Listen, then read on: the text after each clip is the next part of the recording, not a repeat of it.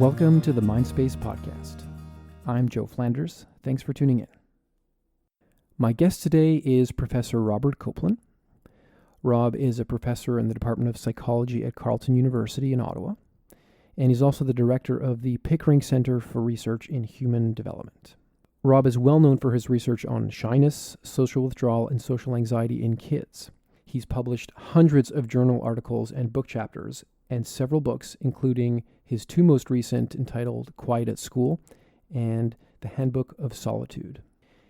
In addition to his impressive academic credentials, he's also very active in the community, educating schools and teachers on the best practices for supporting children's social and emotional development. So as you're about to hear, he's got tons of practical advice for parents and teachers. In our discussion, we talked about the nature of shyness and its biological bases. We talked about the extent to which shy children are vulnerable to mental health problems later in life and what interventions can help them. We reviewed some recommendations to parents for best supporting shy children, and we discussed adolescents, specifically how parents might manage teenagers' academic anxiety and their smartphone use. I'll just mention briefly that if you have any concerns about your own child's anxiety, mood, or behavior, Mindspace can help. For example, your child might benefit from a psychoeducational assessment or cognitive behavior therapy with Alessandro Revizino, or mindfulness training with Netta Rothstein. And parents can pick up some tools from one of our parenting coaches. Please consult the Child and Adolescent Services page on the Mindspace website, mindspacewellbeing.com, or you can book an appointment by writing to info@mindspacewellbeing.com or calling 514-481-0317. You might also consider bringing your little one to a kids' meditation class at Presence, our drop-in studio. Information is available at presencemeditation.ca. Okay, and now for my conversation with Professor Robert Coplan.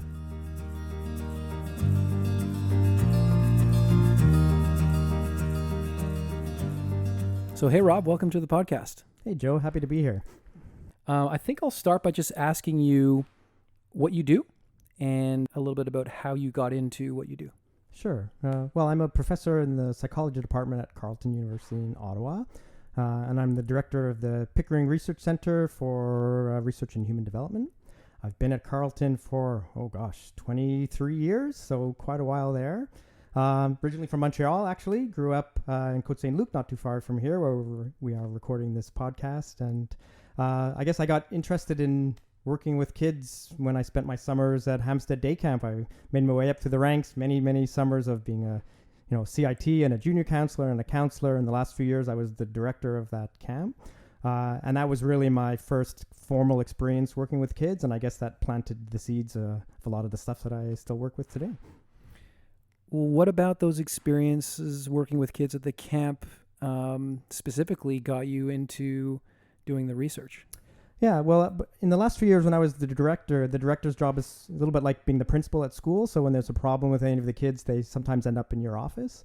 And, for every 5 or 6 or 7 kids that would show up in my office because they hit somebody or they wouldn't sit still or, they were bouncing off the walls, there would be a counselor who would bring in a young child who wouldn't talk to anybody, who was being really quiet or didn't want to play, who was, maybe being a little bit nervous at camp. And I found myself with a personal interest just in working with those kids a little bit one-on-one and trying to figure out what was going on inside their heads that would make them feel that way. And little did I know it at the time, but that's where a lot of my original ideas about working with shy and withdrawn kids came from those sort of personal experiences of just trying out stuff to see what might work to sort of get them to come out of their shell a little bit.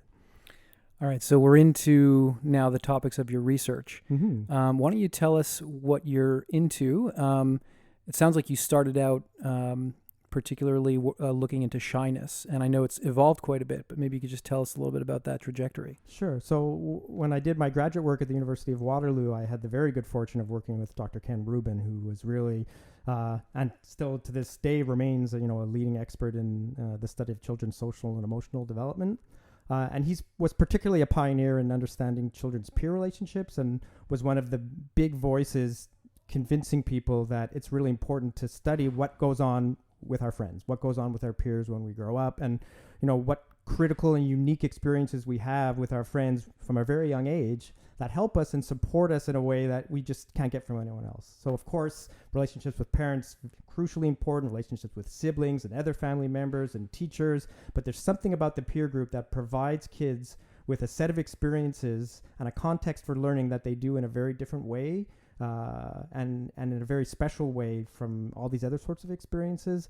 And it was from learning about the importance of those experiences that I started to get interested in kids who were missing out on those experiences for one reason or another. I guess the first group of kids that we looked at were those sort of classic shy kids who were feeling too nervous and anxious to engage in play, and what might the consequences of that be. So I know you've written volumes on this, but what exactly is shyness? Yeah, so when I talk to parents about shyness, I try to present it as basically just, it's a temperamental trait. It's part of our personality. So a temperamental trait is something that we come into the world with. Temperamental differences in how we react to the environment are present right from birth. And so it's something that is kind of born with, something that is relatively stable across our childhood and into adolescence and adulthood. And I guess the easiest way to think about it is the temperament is your building blocks for your later personality. And so shyness is a temperamental trait. It's a way of responding to the environment. And for shy kids, it has to do with really two main sorts of reactions. So for young kids, the youngest kids, shyness is mostly about feeling nervous and anxious in new situations, encountering new people, meeting unfamiliar adults or other kids. And shy kids, basically, the way that I would talk to parents about it, I would say they have a nervous system that's wired a little bit too tight. So it's almost as if their nervous system is telling them that something scary is about to jump out from around the corner all the time. And so because they're wired a little bit tight, when they encounter a new person, they encounter that as stressful. They feel a little bit, wary in those kinds of situations, and their nervous system is sort of set to go off. It's as if, it's anticipating something bad or scary to happen. And it's pretty easy to imagine how those kinds of, physical responses, physiological responses where your, heart rate is going a little bit faster and you're breathing a little bit faster, those easily connect into thoughts about this is scary and feelings of anxiousness. And all those things get kind of mashed together so that when these shy kids are meeting a new person, they just automatically settle into this kind of, wary and nervous response. You mentioned that with shyness, it tends to be specifically about other people, but then you said earlier that it could be new situations or there are other categories of threat. Mm-hmm.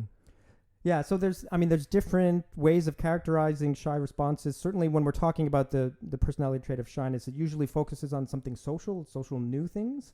But other people look about response to novelty a little bit more generally. So any kind of new situation, a new environment, a child playing with a new toy, going into a new classroom, anything that has that novelty to it can also be threatening. But I would say, those people who focus on shyness specifically would definitely want to include the social part, the presence of other people. So that kind of early responding shyness is typical to young children's social experiences. A lot of stuff is new for young kids. So it's certainly not a surprise to think that there's a certain proportion of kids in our species who respond a little bit more reactively when they meet new situations. And evolutionarily speaking, this is not necessarily a bad thing, right? It is probably good for our species as a whole that not everybody is bouncing off the wall extroverted, not everybody is jumping right in, is super outgoing, super sociable. It's nice to have some of those people around. It's also nice from a species perspective to have another group of people who's a little bit more cautious, who's a little bit more sensitive to threats in the environment. They look a little bit before they leap, right? There's a reason why today, after all of these years of evolution, we still have a wide range of shyness trait in our species, because evolutionarily speaking, there's adaptive qualities of all the way along that range of personality. Well, so what are the adaptive qualities of being a little more shy or a little more likely to look before you leap? Well, you can imagine all kinds of situations. People have done research in animals and et cetera, where there's a great study of shy fish, where if the fish are in a predator-heavy environment, so if they happen to be in a pond where there are lots of frogs or bigger fish that are going to eat them, the shy fish, and there are such things, are more likely to survive because at the first sign of threat, they will flee. And from an evolutionary perspective, that's a survival mechanism in an environment where there's threat. Other people have suggested that shy traits are good for diffusing potentially socially risky and violent situations, because you can diffuse a threatful situation by being a little bit more docile or not being as threatening in your own response, which can lead to community building. And so there's a number of different sort of evolutionary perspectives to suggest that these kinds of traits are helpful to have in the species. And I think we can think of lots of reasons for kids why it's good to be a little bit more pensive sometimes, why it's good to think a little bit more before we respond. That sensitivity to other people's thoughts, that sensitivity to other people's feelings can certainly, there's room for that in our society today for sure. And sensitivity can lead to empathy and sympathy. And again, there's definitely room for that in our society. I want to try to nail down the vocabulary a bit, because when I hear you talk about shyness, I feel like I can just substitute the word anxiety and have the exact same conversation. And then maybe shyness is an anxiety in social situations. Maybe we can call it social anxiety. So maybe you can tease that apart for me. Sure. So, there's quite a bit of continued debate about these two different terms, the difference between shyness and social anxiety, the difference between shyness as a personality trait and some of these clinical disorders that have to meet diagnostic criteria. So, and again, if I'm thinking about parents as an audience for explaining this, shyness is a personality trait and it's neither good nor bad. Okay. And when we do intervention programs and we're trying to help kids who might be feeling shy or anxious, the number one important message that I want to communicate to parents is that we're not trying to change your child's personality, that there's nothing inherently good or bad about being shy. There's all different kinds of personalities out there. People are different in a whole bunch of different ways. And these are not necessarily good or bad things. This is what makes, humans interesting, is that we have these kinds of differences. But in the case of shyness, sometimes the way that they respond to situations, so I talked about novelty before, another dimension of shyness can be feeling self-conscious, feeling uncomfortable when you are the center of attention, when you're perceiving that you're being evaluated. So if I was a shy person and I was talking into a microphone and being recorded and I knew that this was going to be played out for people later, I might feel particularly self-conscious. I might be sitting here thinking like, oh my goodness, Joe is sitting across the couch from me and he's thinking I'm not a very good guest. He's thinking that I'm not very interesting. I better be really careful about what I'm going to say. It's easy to have those kinds of negative thoughts. And so another aspect of shyness when kids get a little bit older is this sort of self-consciousness and this tendency to interpret, maybe less than clear events in a more negative way. Now, again, these are personality aspects that don't necessarily lead to good or bad things. There can be circumstances where if you're feeling particularly shy in a situation, that it can start to interfere. And I think that interference component, as a lot of clinicians will tell you, is really what separates out a dimension of personality from any kind of sort of clinical disorder.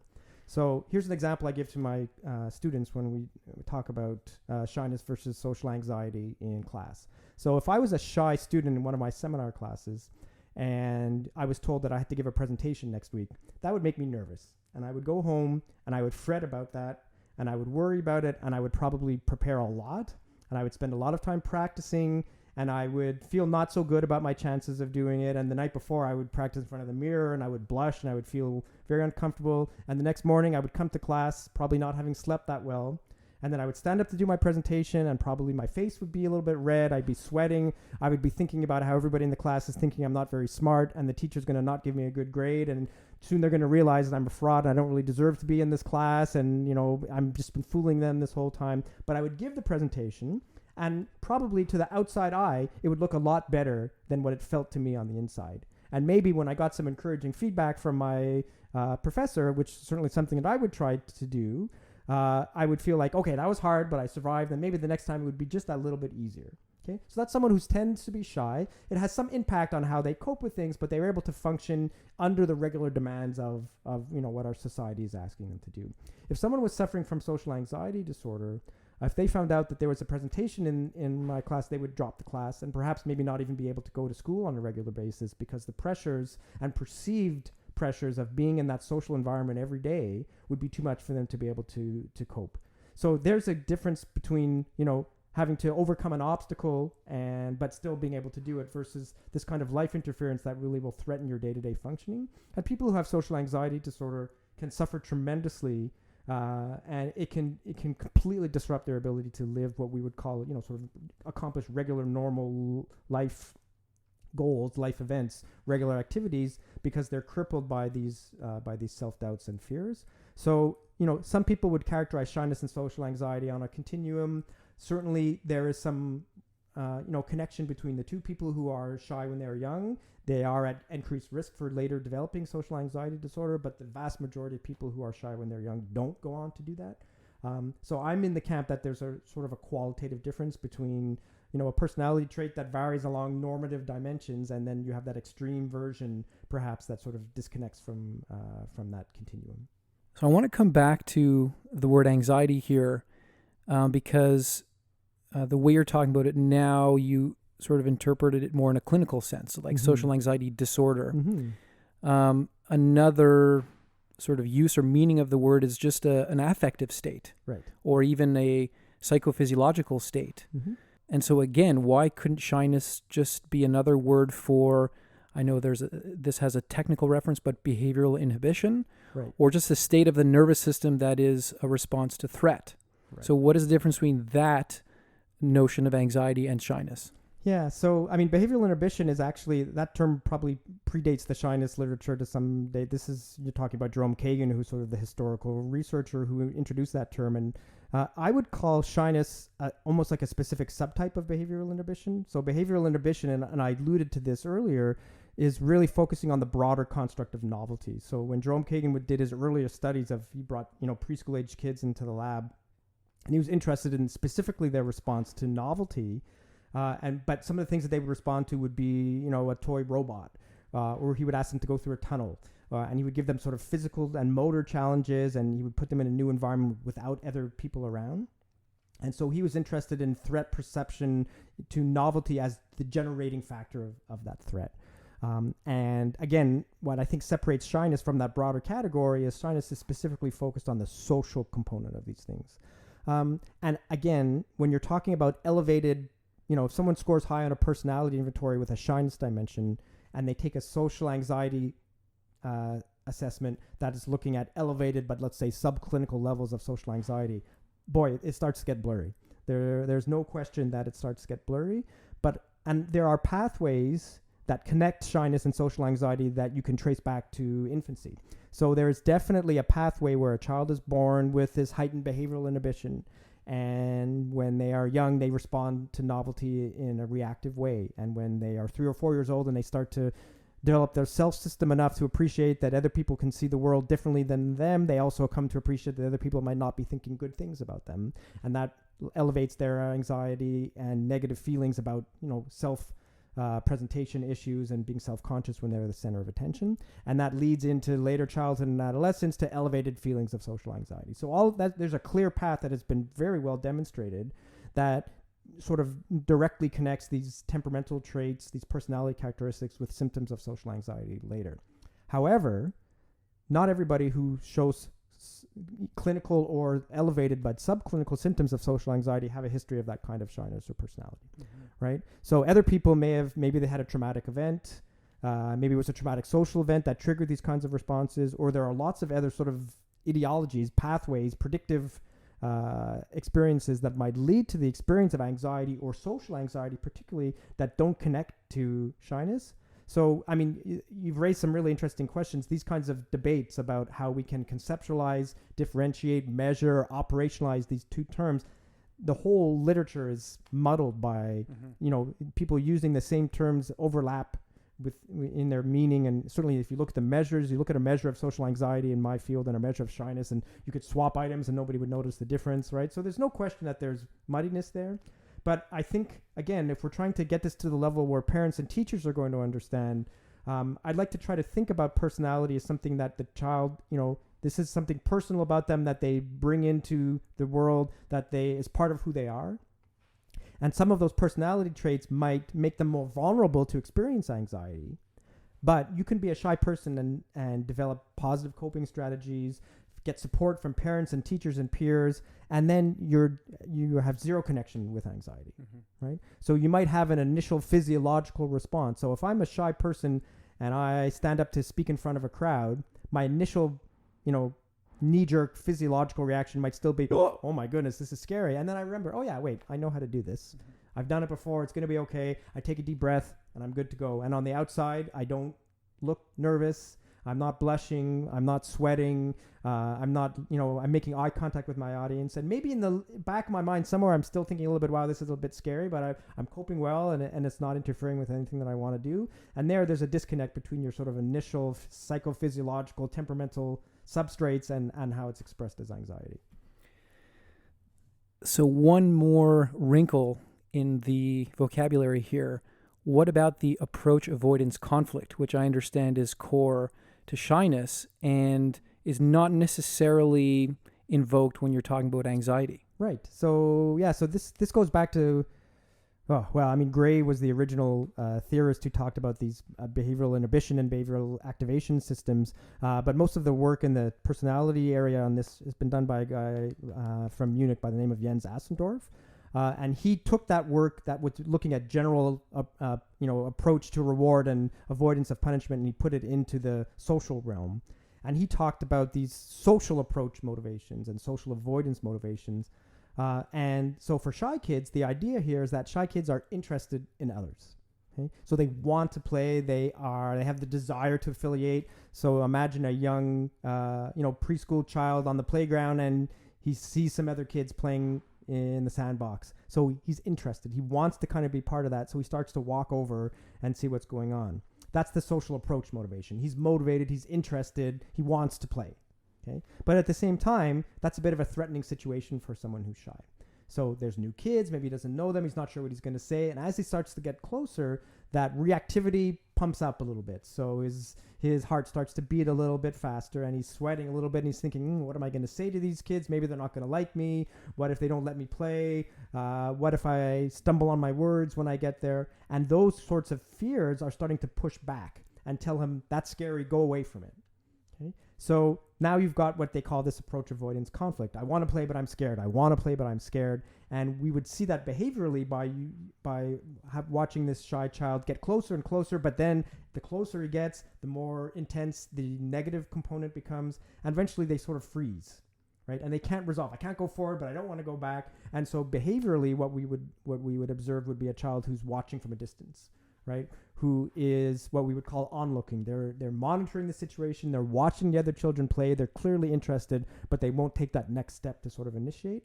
And I think that kind of motivational component to understanding shyness is really important, particularly for understanding that shy kids are interested in playing, which I think is something that we try to build upon, because if they find social interaction rewarding, what we want to do when we're thinking about moving forward and making them feel more comfortable is just get them to experience positive social events. Get them to have even the slightest advance in a small way of a social experience that will be rewarding to them, will make them want to do it more. So it gives us some hints about how we might want to intervene, which I assume we'll talk about in a little while. But the other way that this is also interesting, it differentiates shy kids from other children who might not be off playing with others, which is a more recent distinction, which I think is also really important. So if we are looking at kids who are off by themselves on the playground, the general assumption for a long time was that these kids were shy, right? And that's why they're off playing by themselves. But there's these other group of kids that I've also become really interested in over the years. And these are the kids who might be playing by themselves, but they're quite content to do so. Okay? So they are choosing, right? They have an intrinsic motivation. They are choosing to play by themselves because they like it. It's a non-fearful preference for solitary activities. And so these kids might be, playing by themselves in the sandbox, and they don't have a strong motivation to go over and play with others, but on the same time, they also don't have a strong fear or avoidance motivation. Okay, so from the motivational perspective, they're low on approach. They could take it or leave it, but they're also low on avoid, which means if they get an attractive invitation, if someone comes up and asks them to play, sure, I'll go and play with them for a while, and then when they're done, they'll go back and play by themselves.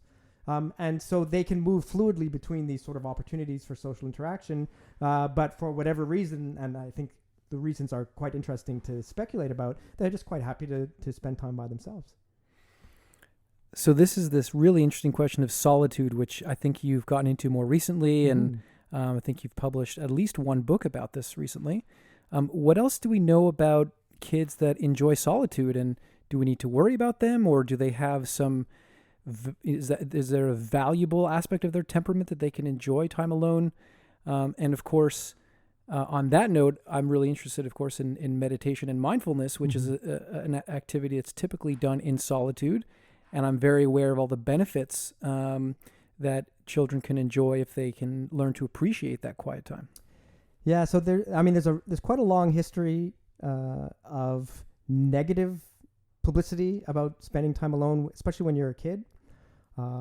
And I guess even, my former supervisor, Ken Rubin, who I talked about before, was one of the leaders in establishing all the reasons why it might not be so good to spend time alone. Although, I've asked him how he's felt about that sort of historically, because his argument was always peers are so important. We learn so much from hanging out with our peers that if we are spending too much time by ourselves, no matter what the motivation is, that can come at a cost. So, for example, peers help young children learn social skills, cooperation, negotiation, solving conflicts. They help them develop sympathy and empathy. They help them reduce their egocentrism, which means they help them understand and realize that other kids think and believe and feel different things than they do. These are all sort of critical tasks of childhood to develop these kinds of skills. Peers help us in our language development. They provide us all kinds of support. They provide us with, the ability to experience intimacy and joy in a very sort of unique way. So it's all this great stuff that we get from hanging out with our friends. And so I guess the point has always been, if we get all this great stuff from hanging out with kids, if we're not hanging out with them as much as we should be, then there might be some cumulative cost. So even if we are a well-adjusted, socially competent, happy kid, happy to spend time by ourselves, if we are not spending enough time with others and we're not getting whatever that minimum level of social interaction is, even if we're not having any issues now, over the years, we might come to lag behind the acquisition and implementation of these great, amazing things and skills that we get from hanging out with our friends. So, and then we might end up running into trouble later on because we haven't kept up with our peers in terms of the expectations for what the quality and quantity of social interaction is going to be. As kids get older, the stakes go up. People expect more in terms of how you're going to be able to engage with them. Expectations and norms go up in terms of what a social interaction is going to look like. And you got to practice that stuff. It doesn't just happen naturally.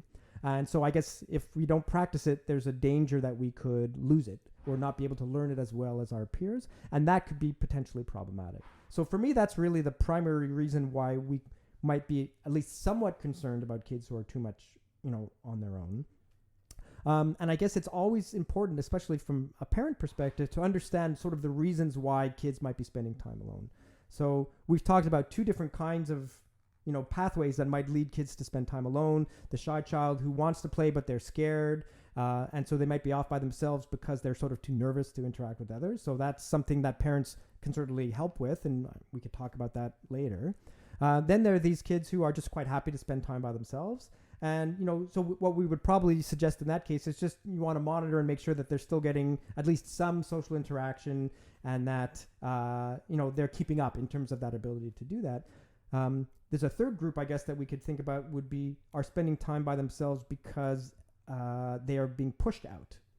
Okay, so this is sort of a separate group of kids that are spending time alone for more external factors. These are kids who are excluded, rejected, victimized, and they're, a short form of saying that would be they're playing alone because nobody wants to play with them.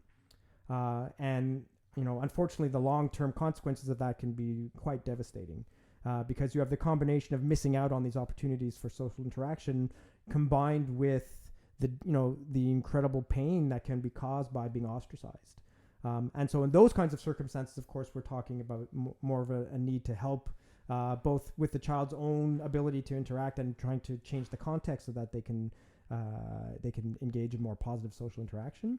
So, before we focus on these kids who sort of like to play alone, I just want to kind of make sure that parents have this idea that there are, a whole bunch of different sort of reasons why kids may spend time by themselves. And not, some of them are more concerning than others, but it's important to try to understand at least some of the rationale behind them.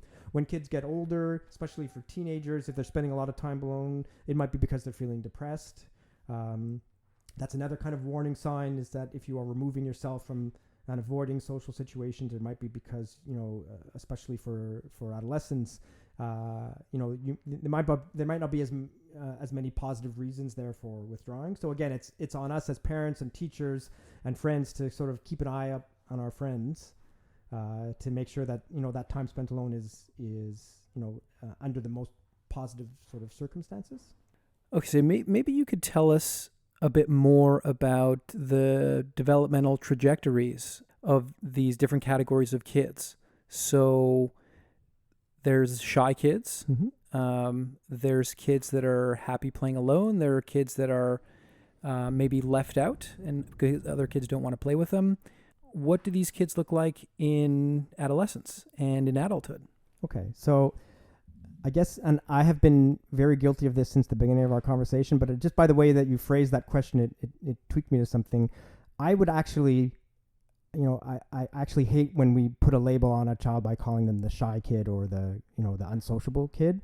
And I realize I've probably said that term multiple times. It's easy to let it flow into our general conversation. But I think I'll interrupt our talk for a second just to, one of the most important pieces of advice that I start with parents when it comes to talking about their children who might feel shy is to disconnect that label from the child. So for anyone who has, had a child who they think might be somewhat shy, and, I think part of the reason why I say shy child is just because it's less cumbersome than saying child who is high on the personality trait of shyness, right? So, so that's why I sometimes fall into saying that myself. But in the presence of these kids, I think there's a real potential pitfall in labeling them in that way, and for a very sort of specific set of reasons. So, for example, let's say that you are a parent of a 5-year-old girl who sometimes is nervous when they meet new people, and you're out for a walk and you come upon a friend who this child hasn't met before, and you introduce your child to your friend and you ask them to say hello, and your daughter hides her face behind your back and refuses to say something. So this is a very common situation for many parents of young kids, regardless of how, shy they might be. I think it probably happens almost to everybody. And you'll be amazed about how often the person that you are interacting with will be quick to label your child as shy, right? So in this case, your friend might say, "Oh, I see she's shy," right? Or even parents will do this as a defense mechanism or as an automatic response. "Oh, it's okay, she's just shy." Okay? So let's think about what that means for the child when they hear that under that kind of circumstances.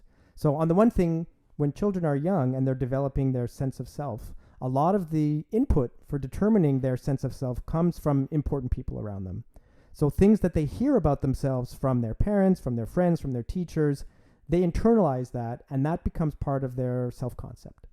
So if a child is constantly hearing from their mother or father that I'm shy, then that's what they're believing. Okay, I guess I'm shy. And I think the other component of that is important to address is that it also kind of lets them off the hook a little bit, right? So the parent is communicating the message to them that says, you're shy, and shy people don't say hello to anybody else. And so it puts a label on them, and it recluses them from having to do anything about it, okay? And when we talk to parents about trying to shape these behaviors and change these behaviors and equip children with coping strategies that are going to allow them to, eventually reach the goals of these sorts of social interactions that we're aiming for, that's the opposite of that. So what I actually ask parents to do is to stop labeling their child as shy themselves. And not only that, but to actually challenge that response when they hear it from others, because you're going to definitely hear it from others.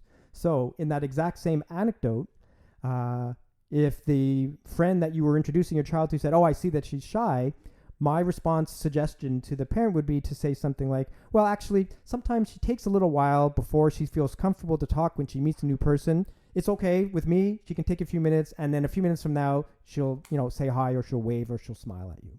Okay? And this is a great message for the kid because it makes them understand that you, as a parent, respect and understand their feelings. And you are acknowledging them and you are validating them that it's okay for them to feel nervous sometimes when they meet a new person. But the other part of that is that you're also establishing an expectation that I understand your feelings and it's okay for you to feel that way. But at the same time, I'm going to push you just a little bit. In a few minutes when you feel better, I have an expectation that you're going to do something. Maybe it's not say hello. Maybe it's just look at them in the eye. Maybe it's just wave, but something to show me that even when you feel that way, it's still important to try your best to try to act in a brave way. And those kinds of words, I think, are really important for kids to hear, that it's okay to feel this way, but sometimes even when you feel this way, you still have to act in this way. That's really cool. Obviously, this has happened to me with my daughters. As you're telling the story, I'm sort of thinking about how I deal with it. And I realize what I typically do is I say, hey, are you being shy? Which is to say, you're not normally inhibited like this. Right. So what are you doing? Yeah. So it does communicate this sense. So like, first of all, you are not this label. Yeah. 2, it communicates an expectation that like you shouldn't be behaving this way, but it doesn't validate how they feel. It actually does the opposite. It's like you're doing something wrong right now. Right. Now, I mean, this sort of approach, I guess, was kind of pioneered among work with aggressive kids and around anger, right? Where the message to kids who were having a temper tantrum and hitting someone was that it's okay to be mad and it's okay to be frustrated, but even when you're mad, it's not okay to punch this guy in the face. Okay, so this is sort of adapting that same kind of approach to say to kids, you validate the feelings, you acknowledge the feeling. This comes out of the emotion coaching, the emotion socialization work of Gottman and others, right? You validate the feelings. All feelings are okay. There's no such thing as a bad feeling. Okay, there are a lot of parents who are uncomfortable around strong emotions in their kids, even positive emotions, right? They're always saying to their kids, stop crying, calm down, settle down, right? Any kind of strong emotion, positive or negative, might make them uncomfortable, so they try to dismiss it and miniaturize it. Okay. Instead, what we would hope, so what I think was more sort of an adaptive response, would be to acknowledge the feeling, validate the feeling, and it's always okay to feel however you feel. Okay. But at the same time, you place some limits, right? So even when you feel this way, it's not okay to behave in this way. And so for the angry kid, it's okay to be angry, but it's not okay to hit. So what are some other ways that we can help you respond and feel and cope with these feelings of anger that are better? Okay. With fear and anxiety or shyness, it's okay to feel nervous. It's okay to feel self-conscious, but sometimes even when you feel that way, you still have to say hi to this person. Or if you can't say hi, something, a wave, a fist bump, a high five, make eye contact, right? And establishing that normative expectation of brave behavior in the face of these fearful feelings.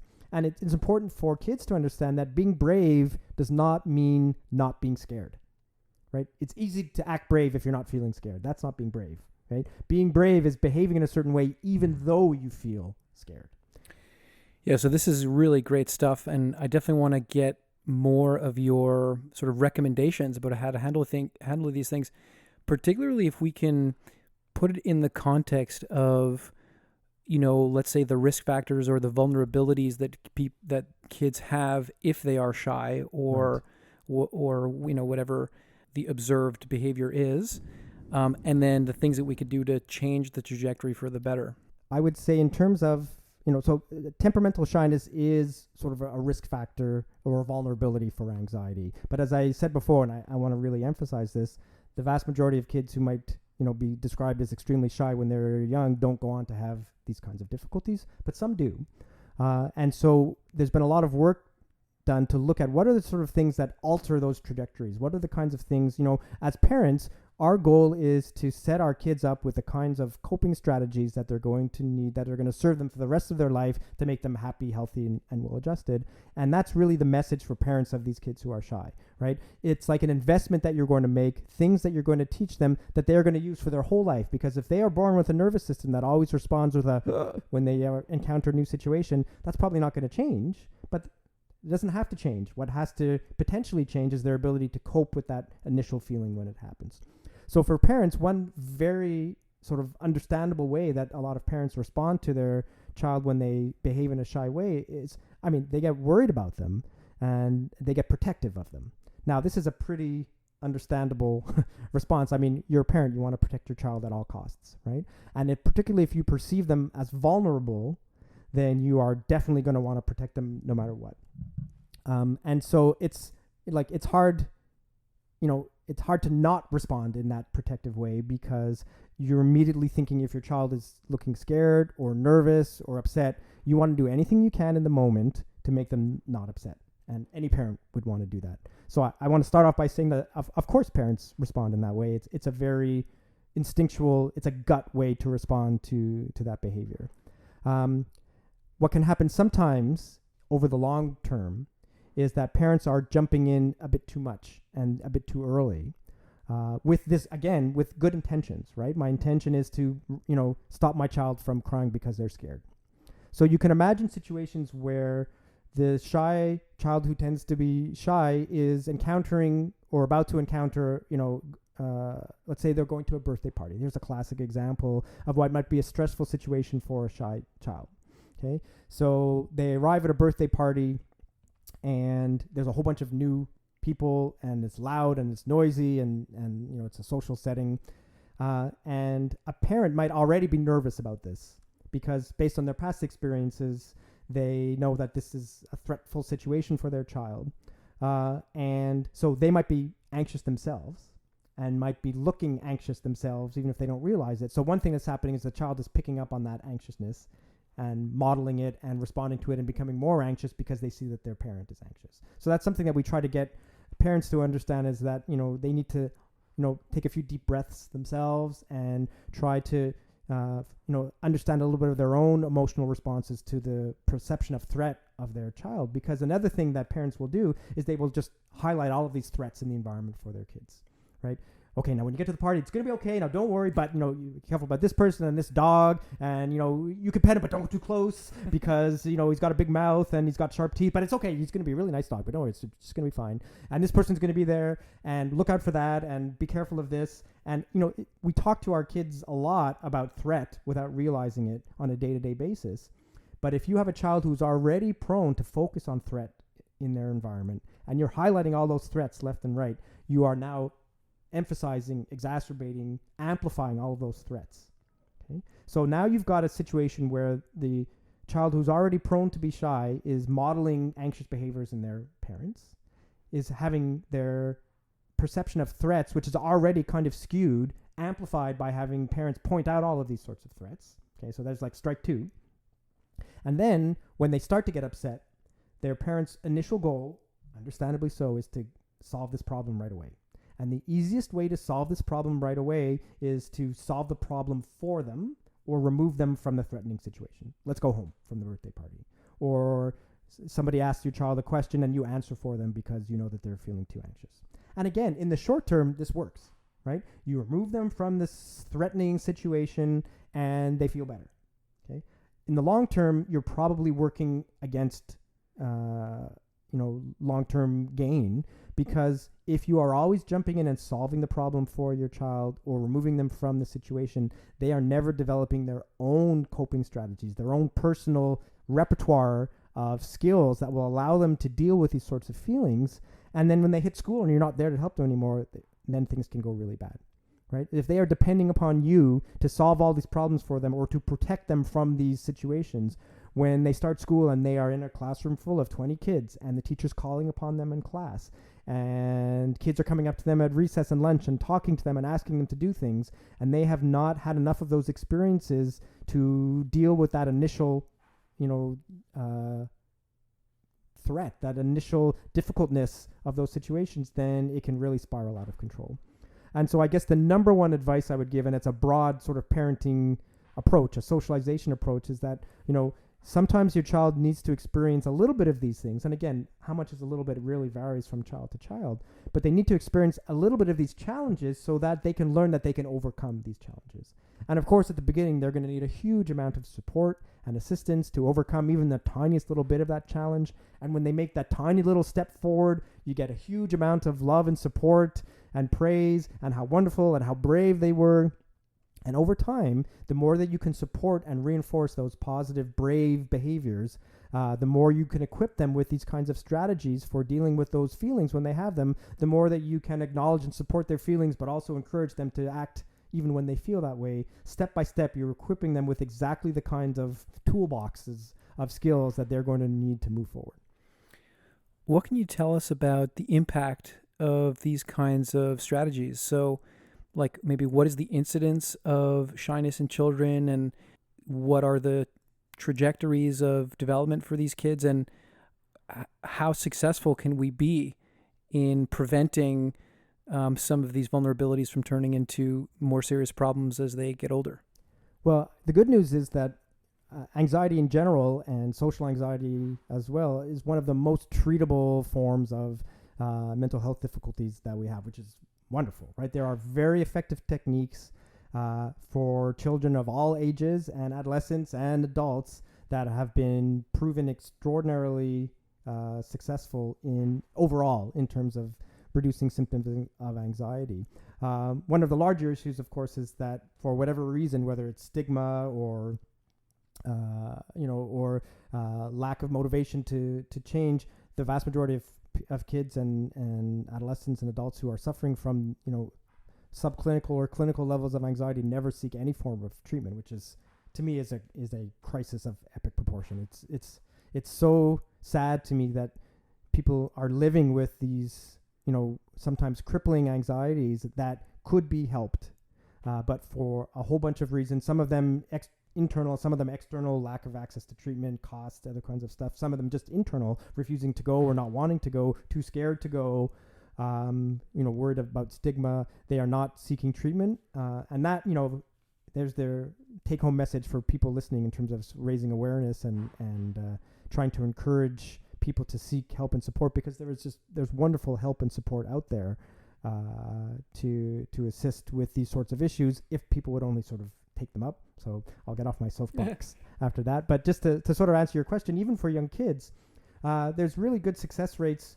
For the youngest of kids, there's fantastic success rates just with parental education and training, where a guy by the name of Ron Rapie, who is he's a world authority on social anxiety in kids. He works out of Macquarie University in Sydney, Australia, has demonstrated 15-year lasting effects of having parents of 3 and 4-year-old extremely shy kids get a parent intervention, just the parents, not even the kids. And he's showing long-lasting impacts when these kids are, adolescents, in terms of reducing the likelihood of having problems with anxiety, which is, when you think about that, that's absolutely remarkable. We're talking about an 8-week, 1-hour-long session.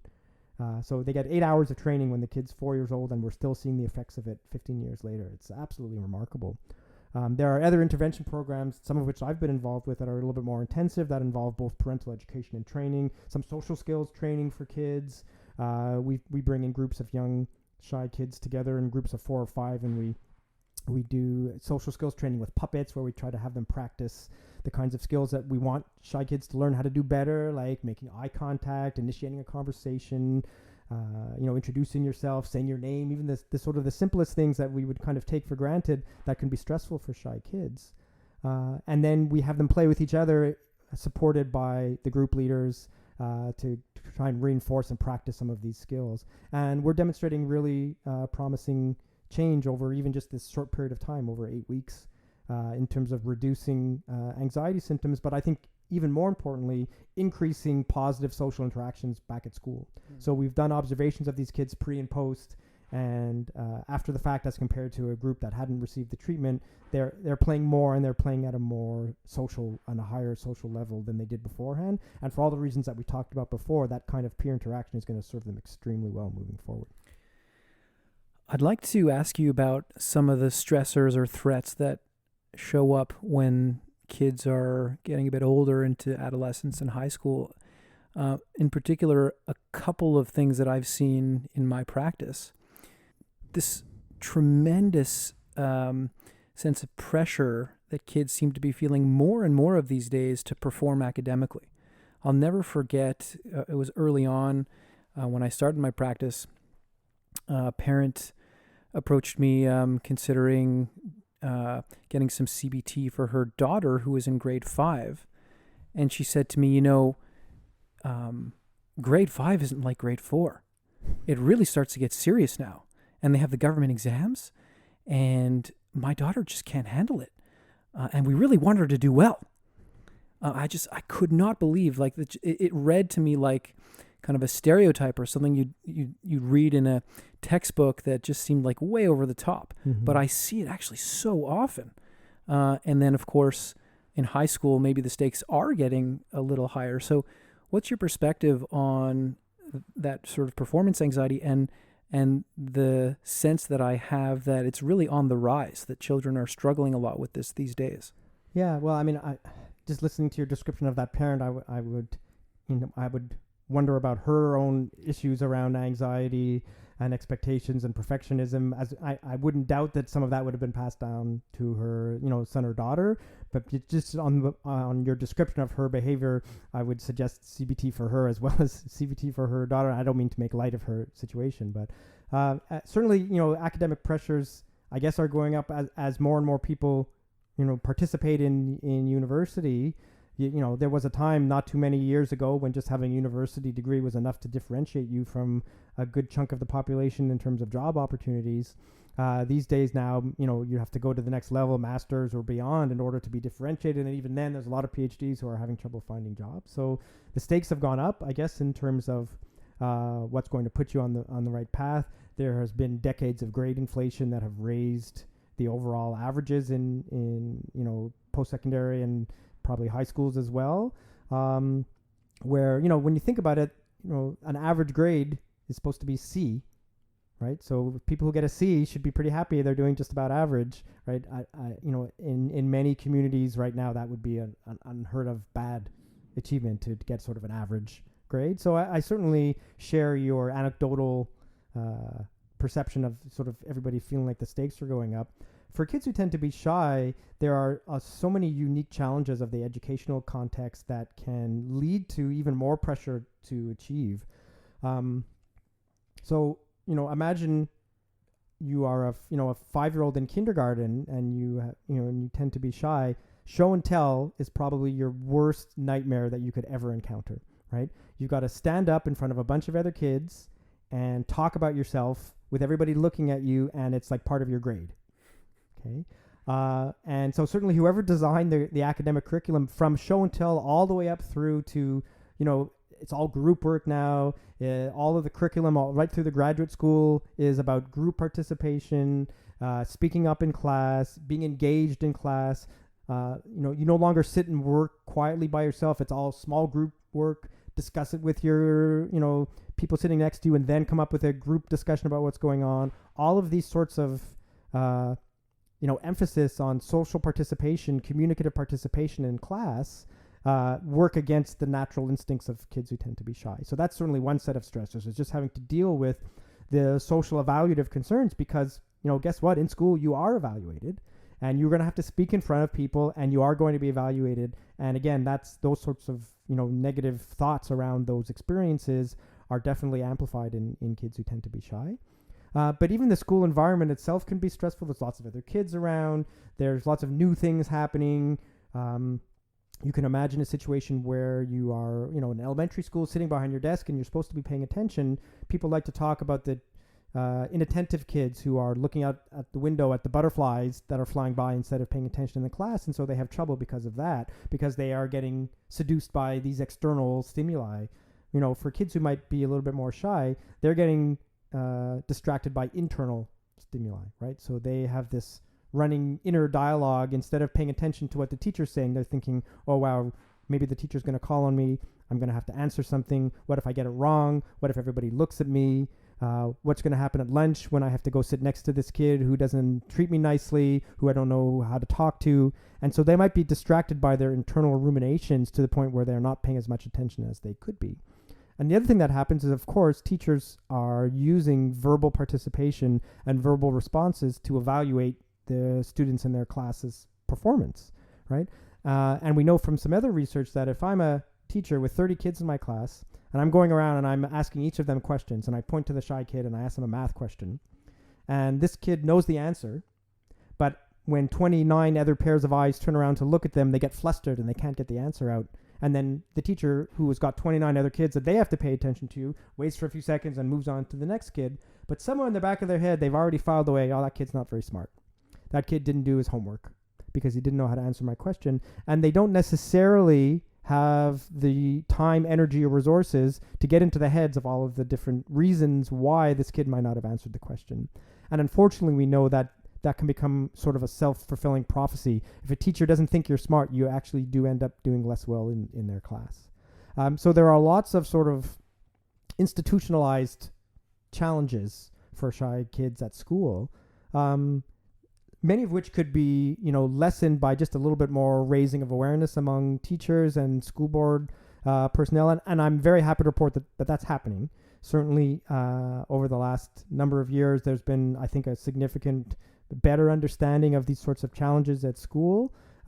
Teachers are certainly, they're motivated to do everything they can to help the students in their class, and it's just not reasonable to think that they're going to have this personalized interaction style or evaluation style for the 30 different children in their class. They have to teach the class. They can't spend all their time trying to get this one child to talk to them. Having said that, there are, various different techniques that they're starting to learn and that we've been trying to share that would allow them to at least, help level the playing field a little bit for some of these kids. All right. So my other favorite stressor to talk about is the rise of the smartphone and social media. So given that this is a social phenomenon, I'm guessing it has a big impact for these children as well. Yes, well, there are actually two competing theories about how this might work. Okay, so one of the theories is called the rich get richer hypothesis. And this is the idea that for kids who are sociable and outgoing and agreeable and personable and they have lots of friends, smartphones and the internet and social networks become just another platform, another context for them to have lots of friends and do well and be sociable. And it amplifies their already existing, face-to-face real relationships. And you can certainly imagine a situation where your best buddy is away for 2 weeks somewhere and you get a chance to talk to them every day and keep in touch with them because you've got them linked on your Facebook or Instagram or Twitter account, or you're FaceTiming with them. So you can certainly imagine situations where these, technologies can enhance and make things better for already existing relationships. Now, the other side of that is, in the rich get richer hypothesis, is that shy and anxious individuals is just another place where they're going to feel shy and anxious. It's another social milieu where they're going to struggle and be less popular and be less socially skilled and worry, and it's just another domain where they're going to have problems. So that's sort of that's just the internet and social media amplifying already existing tendencies. The opposite hypothesis is called the social compensation hypothesis. And here is the suggestion that electronic communication or computer-mediated communication can be a really nice bridge for shy individuals into face-to-face communication. So if you're first getting to know someone, or your first sort of sets of interactions have some of the stressors removed from them. So face-to-face, it can be a struggle for people who tend to be shy because they're worried about how they look and their posture and how they're appearing to other people, and they're misinterpreting eye contact and the expressions on other people's faces. So if you don't have to look at the person for your first set of communications, that's one stressor that's removed. They also feel pressure to respond right away. They get flustered and they don't have time to answer. So if you have asynchronous communication where you get an email or a text message, and then you have a few minutes even just to think about how you want to reply before you reply, that also takes some of the pressure off. And there is some research to suggest that people who tend to be socially anxious find that type of communication sort of less stressful initially. And in an ideal world, that would be a stepping stone, right? So those initial sets of communications are done via these computer-mediated channels, and that helps you feel more comfortable, which will pave the way for, real life interaction. Unfortunately, what sometimes ends up happening is it becomes a replacement for face-to-face and real communication and real interaction. And some people who are socially vulnerable will, seek out communities that they only interact with online. And that's a potential danger because it ultimately ends up taking away even more time from their efforts and abilities to interact face-to-face. And I think that's one of the concerns that people would have. I mean, not just about people who are socially anxious, but just about this generation in general, is that they're spending, way too much time in this sort of upper level communication and not enough time in sort of in-depth communication. But that would be a particular worry, I guess, for shy individuals. And there is some literature also linking social anxiety with internet addiction and problem gaming, and so as a kind of a coping strategy, as an escapism for threatening social situations, you can escape into this other realm. So I would say, even though this stuff has been around for a while, we're still in the earliest stages of understanding how it all works, mostly because it just keeps changing so quickly, right? So if you look in the literature right now, there's still a ton of Facebook studies coming out. and how kids and Facebook and, my teenagers will tell me that Facebook is for their grandparents. As soon as you and I go on Facebook, then it's, that's not the place where our kids want to be. So whatever their social network of choice is going to be, or whatever their platform is going to be, once you and I show up there, they're not interested in being there anymore. And then for the next 3 or 4 years, when all the literature comes up, they've already moved on to something else. And so certainly the rapidly changing quality of what's going on online is very hard to keep up with from a research perspective. So I would say we're still at the very early stages of understanding this. So I had a professor from California named Jean Twenge on the podcast a little while ago, and she studies generations. Mm-hmm. I don't know if you've heard of her, but she wrote an important book on millennials, and she more recently just published a book on the next generation after millennials that she's calling iGen. Mm-hmm. And the sort of defining characteristic of this generation is that they're the first generation to have smartphones in adolescence. Right. And, she looks at these longitudinal data sets on very, very large samples, like thousands of adolescents across the U.S. And she's saying that around, I think it's 2011, 2012, these like spikes that she'd never seen before in measures of all kinds of mental health problems, particularly depression, suicidality. I think she mentioned anxiety as well. And she sort of got puzzled, like, what's going on in these kids' lives in 2011 and 2012? And she sort of connected the dots with another research project she was working on. And that was the time when the number of kids with iPhones crossed the 50% threshold. Wow. And so her thing, as far as I understand, is that kids are getting impoverished experiences of socializing. And she's got this really nice phrase that if you're interacting on Instagram, it's sort of equivalent to eating Apple Jacks. Whereas if you're interacting in person live, it's like eating an apple. So just curious how that lands with you. I'm familiar with her very important work. It's certainly, as a parent of 2 teenagers, the concerns certainly ring true because, our kids are on their smartphones a huge amount of time. I have a 14-year-old daughter, and she's certainly, she's not allowed to take her phone to school, although that will probably change next year when she goes to high school. But she comes home from elementary school, and the first thing she does is she runs in the door, she grabs her phone, and we don't see her for a while she scrolls through and gets caught up on what's the latest on her Instagram account and whatever else she's into there. So, life has certainly changed in ways that I don't think we can completely understand as of yet.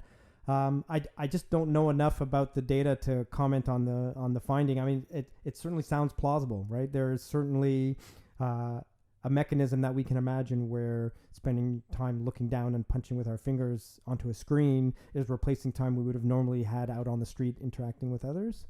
So I definitely, as a parent, I share those concerns.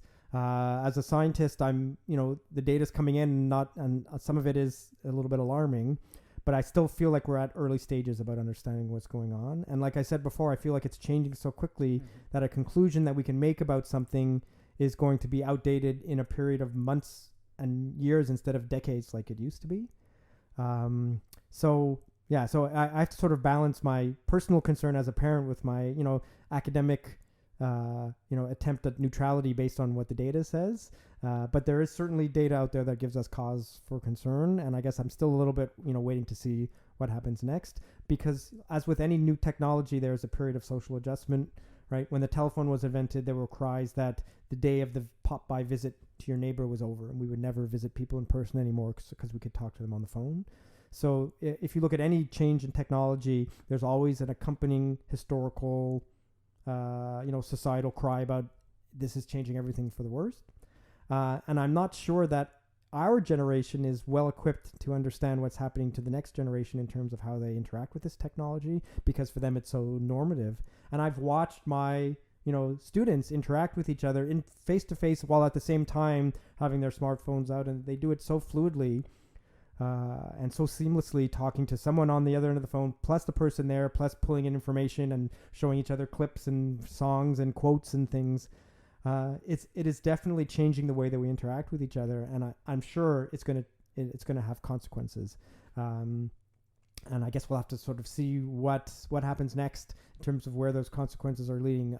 I still feel a little bit like the jury is out in terms of where we're going, but that's my personal gut feeling as opposed to a strong knowledge of the literature. Rob, how has the stuff that you have learned and studied and published on affected how you parent your kids? Well, it's funny. I remember having this conversation with my mentor, Ken Rubin, many, many years ago, long before I was a parent. And he said, as we were learning about all this kind of stuff, and I sort of asked him, exactly that question, how has all of this affected you as a parent? And he said, the best piece of advice I can give you is when you're a parent, you got to just forget this stuff and go be with your kids. And so on the one hand, that's been my philosophy, is to not try to overanalyze and not try to take an academic approach to raising my kids. You raise your kids with your heart. Your brain helps, of course, but you're not trying to think about statistical results from an analysis of data when you're trying to make a decision about how to interact with your kids. Having said that, it's nice to have access to information, and there certainly have been times where I've wondered about, my child's behaving like this. What does that mean, or what's a good way to respond? And I've done some searching around, and I was very happy to have the resources to go and look up stuff or talk to someone about it. So it's nice to have some inside information, but I would say most of us parent more by our instinct than from anything else. It did make me have some conversations with my wife Vanessa earlier on about our parenting strategies, and my wife and I parent in very different ways. But the big things I think we agree upon, and we actually had that conversation long before we had kids about what are the most important things that we think we want to make as our priorities. And then even though we express them in different ways, I think there's a fair amount of consistency in those ideas. It's funny. I think you're the only person who doesn't parent exactly like his or her spouse. My wife and I are always exactly on the same page. I'd love to see that. Okay, I wonder if we can try to close the loop from an earlier branch we took in the conversation about looking at children who are playing alone. Mm-hmm. And we talked about shy kids, and I'm trying to be mindful of my language here. Right. But there are also the kids that might be playing alone because they're happy to do that. Right. And kids that are maybe left out or ostracized or whatever. Maybe if you can, just a little bit on how you would approach dealing with those other two categories. Sure. So I would say, the ostracized, rejected kids, there's been tons and tons and tons of research on this, and I would not necessarily consider myself an expert on that particular domain, except to say that it is extremely harmful. And there has luckily been a huge raising of awareness about the costs of being a victim, the cost of bullying, the cost of aggression in schools. Most schools have mandated anti-bullying programs these days, which is a huge step in the right direction. That's not to say that there's not still a lot of aggression that goes on in schools, bullying, cyberbullying, right? There's a whole other domain where kids can be mean to each other online. So I'll speak little about that particular pathway, except to say that we know that it's a huge problem. It has implications for social, emotional, and academic functioning.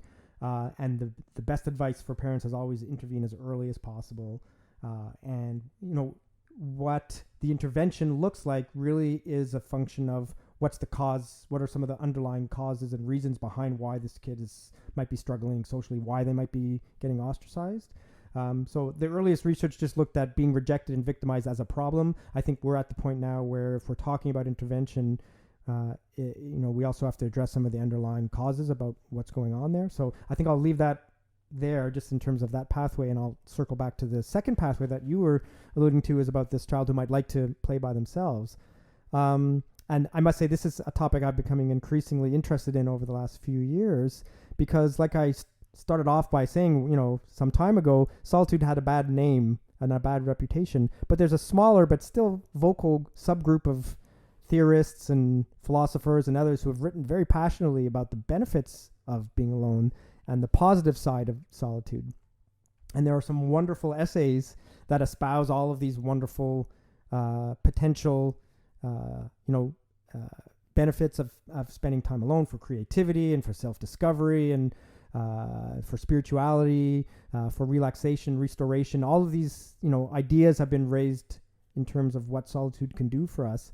And at least as far as I can tell, there's way more sort of conceptual, theoretical writing about this stuff than there is actual empirical research demonstrating these effects. Now, if you ask me what I believe in my gut, I will tell you that I think that solitude is good for everybody. And under the right circumstances and under the right conditions, it's something that would benefit everybody to spend some time alone. For some people probably have a higher need for that than others. And there are definitely individual differences in terms of what the ideal amount of time alone would be.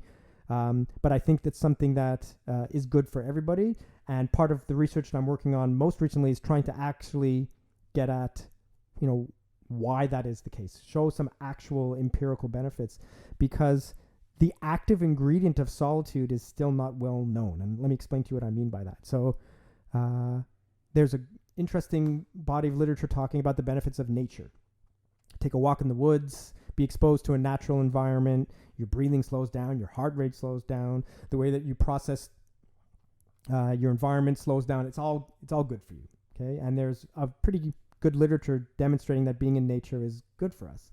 Some people have interpreted that to saying being alone in nature is good for us. Take a walk in the woods and you're going to feel better. But I don't think it's that clear. You could take a walk in the woods with a friend or with two friends and your pet, and you might still experience the same benefits from being in that natural environment. So it's not immediately clear to me what specifically is special about being alone in that context. Okay, so there's sort of one example. Here's something that you would know about. Lots of evidence about the benefits of meditation and taking a mindful approach to how we think and live our lives. And certainly, stereotypically, you think about meditation and mindfulness as a solitary activity. But of course, if we're good at that, if we are skilled at our meditative practice, we can sit down in the middle of a crowded street or even be walking, at a party with 50 other people and a lot of noise in the background, and we can engage in our mindful practice in a way that will be beneficial to us, that doesn't require physical solitude in order to reap the benefits of that practice.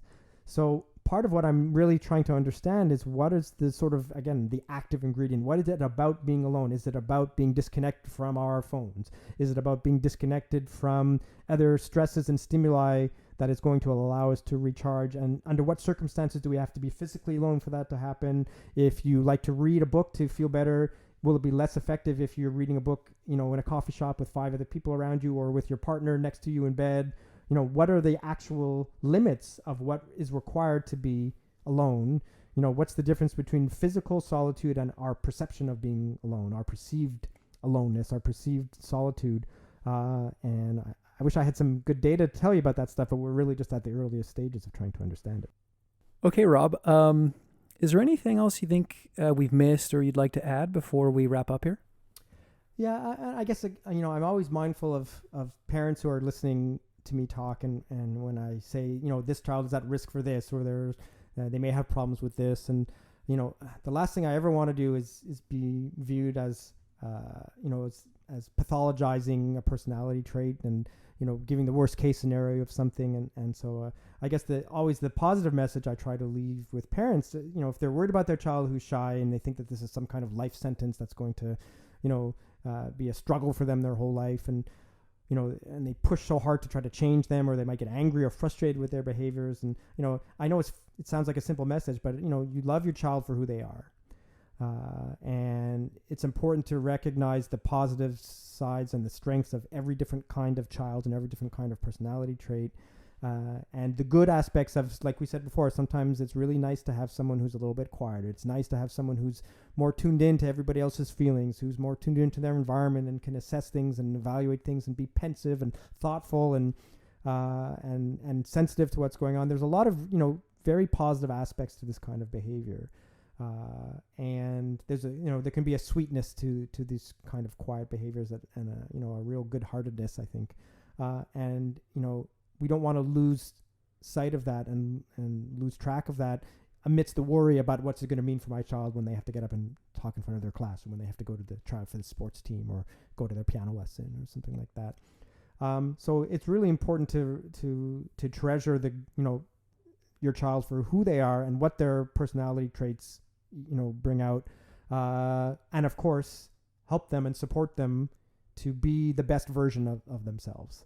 And maybe that's a good way of sort of finishing off, right? We're not trying to tell you to change your child's core personality trait. We're not trying to tell you to change who they are. We're just trying to provide you with a toolbox, a set of coping strategies that's going to help your child be the best version of who they can be.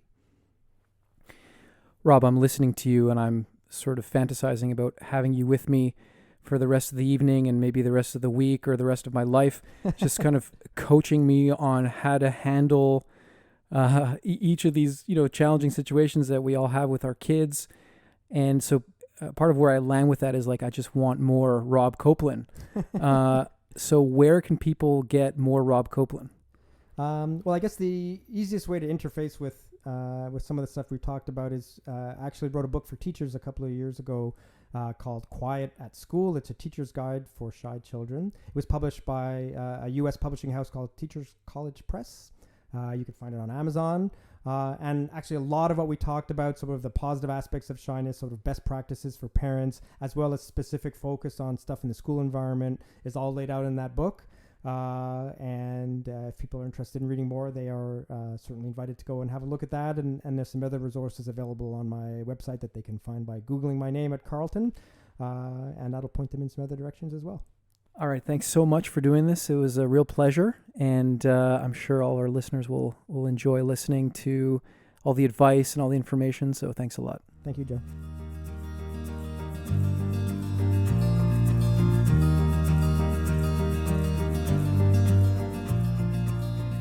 Thanks for listening to the Mindspace podcast. The purpose of this project is to inspire people to cultivate well-being. The science tells us that well-being is best understood as a series of skills and habits that can be learned and practiced. And I hope listening to these episodes helps you move forward on your own path to well-being. If you enjoy listening to the Mindspace podcast, please share your favorite episodes with friends, family, and colleagues. Thanks a lot.